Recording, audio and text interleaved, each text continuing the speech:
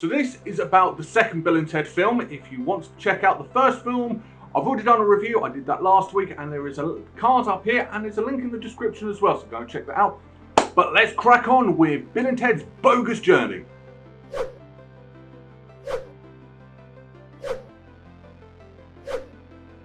Bill and Ted's Bogus Journey is a 1991 American science fiction comedy film directed by Pete Hewitt.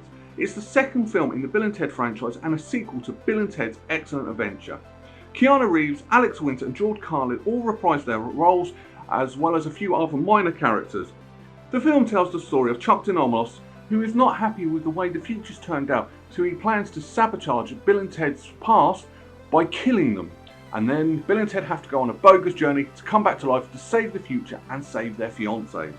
When the film was released, the film actually got mixed reviews, but in the years since it has gained a cult following. So what could have made the film better? Well, that's what we're going to talk about today. 10 things that can make Bill and Ted's Bogus Journey better. Number 10. TV show. So when there is a very successful film, especially in the 80s and 90s, there's always a kids cartoon TV show. The real Ghostbusters had it. Ace Ventura, The Mask, Rambo. Yeah, okay, I don't get that one. But Bill and Ted also had this treatment as well. They had an animated cartoon TV series. But this film didn't make any references to it.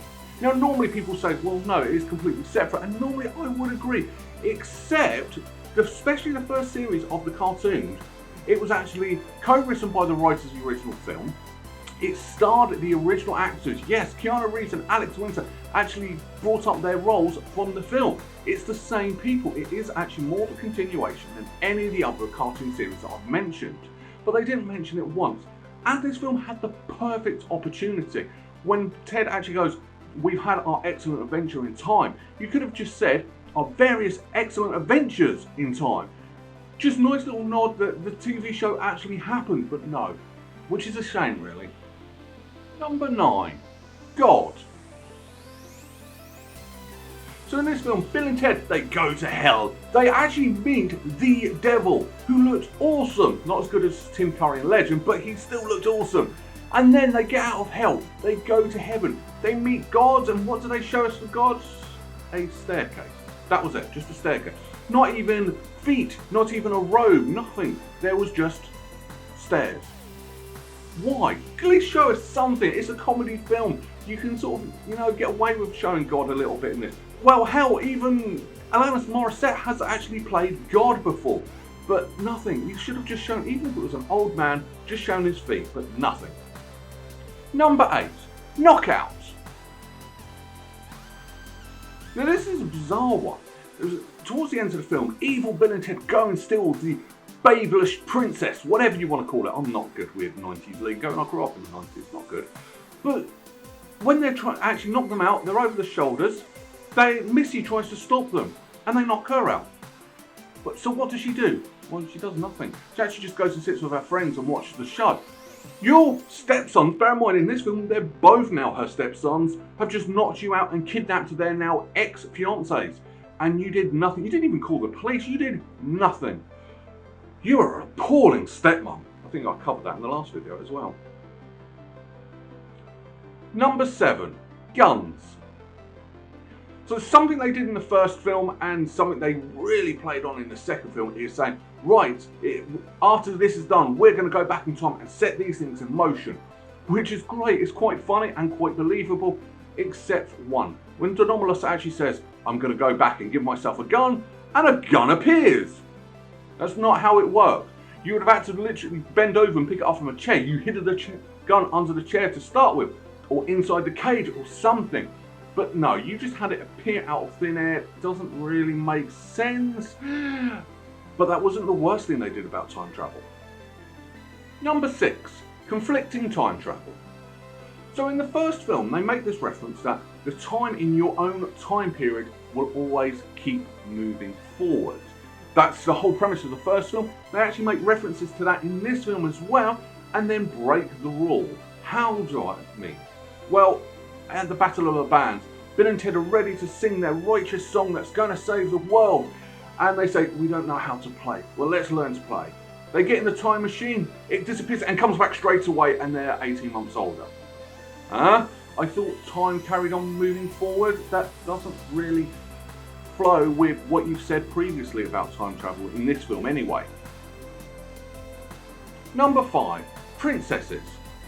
So in this film, the princesses that they rescued from England in the first film, they're here, but they're played by different actresses who were absolutely appalling. Now, in the first film, the acting was perfect. They looked out fish out of time, but this time it was just wrong. It didn't look right. They didn't seem that funny. I didn't like the actresses portraying the princesses.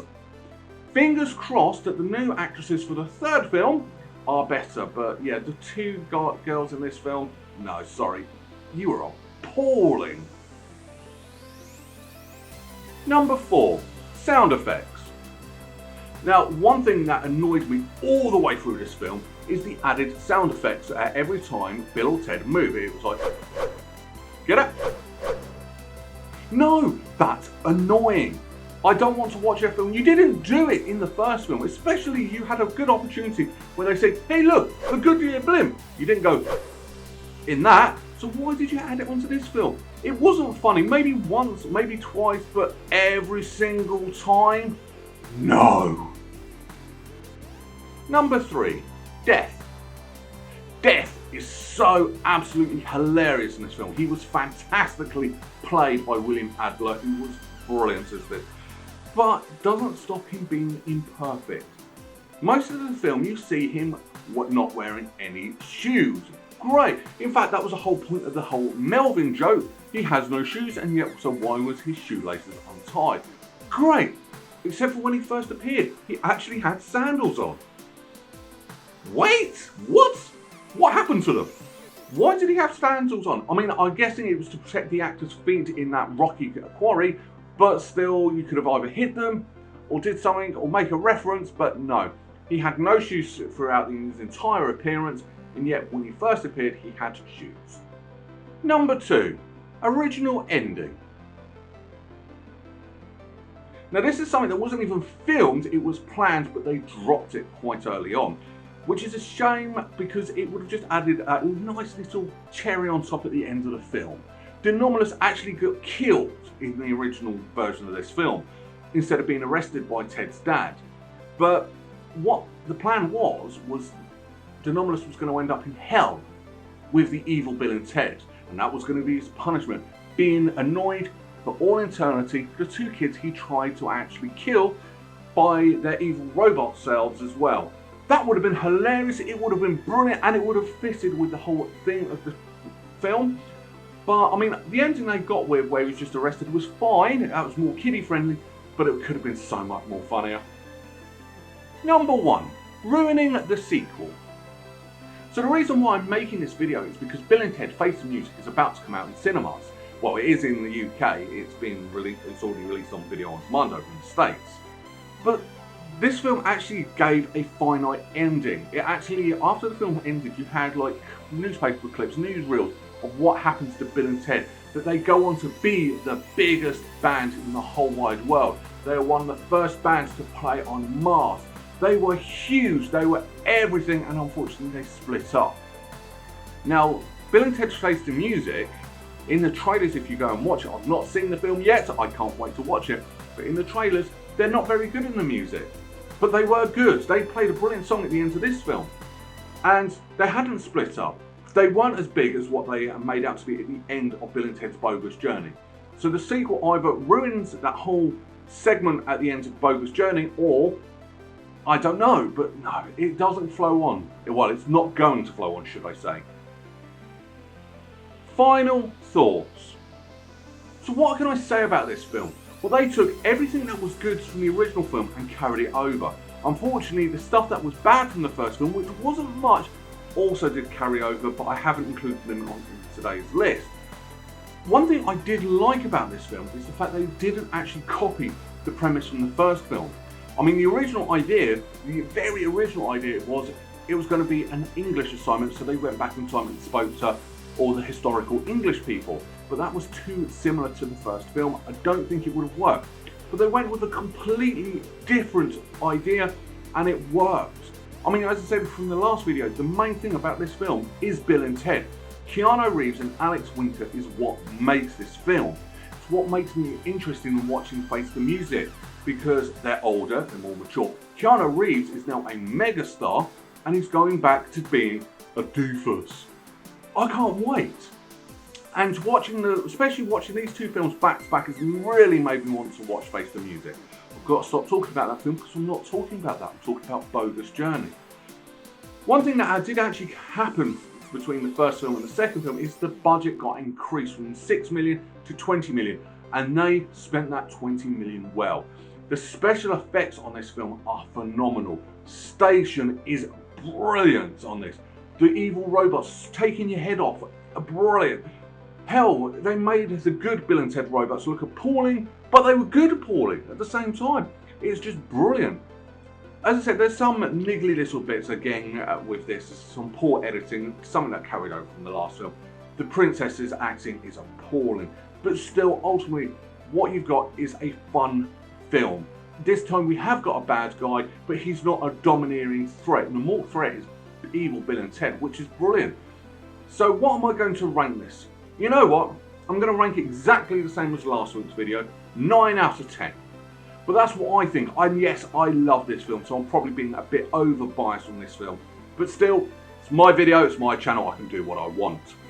What do you think? Write your reviews in the comments below and I will reply back to you. I love replying back to people on YouTube comments. What do you rank this out of 10? Am I being too nice? Let me know. Please don't forget to hit that subscribe button, hit that like button. Also, please share with your friends as well. And I'll be back with you next week with a film that someone else has actually done some theories on and did a dig at me about. So I'm going to get some revenge. No one else will know what I'm talking about on this one, but find out next week, next Sunday. Thanks very much. Bye-bye.